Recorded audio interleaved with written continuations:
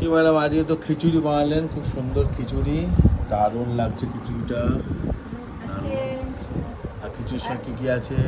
বন্ধুরা এখন রাত 9:30 বাজে, আমরা খেতে বসবো। আজকে আমি গোবিন্দভোগ চালের খিচুড়ি করেছি। গোবিন্দভোগ চাল, মুগের 2 রকম ডাল দিয়েছি। আর এটা আমিষ খিচুড়ি করেছি, ঠিক আছে। নামাবার সময় একটু গাওয়া ঘি দিয়েছি। আর ডিম ভাজা করেছি, আলু ভাজা করেছি, আর এদিকে আছে পাঁপড় ভাজা। পাঁপড় ভাজা খাওয়া নরম হয়ে যাবে, নরম হয়ে যাবে। পাঁপড় ভাজা করেছি বন্ধুরা। আর এখানে আছে এমনি জাস্ট ঠান্ডা জল। এই হচ্ছে আমাদের রাতের খাবার।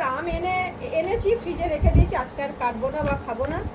আর এই হচ্ছে আমাদের রাতের খাবার বন্ধুরা। তোমরা কে এরমভাবে খেতে ভালোবাসো, বা খিচুড়ির সঙ্গে আর কি দিয়ে খেতে ভালো লাগে বন্ধুরা? আমি তো অত রান্নাবান্না জানি না, যাক তোমরা যদি জেনে থাকো আমাকে জানিও।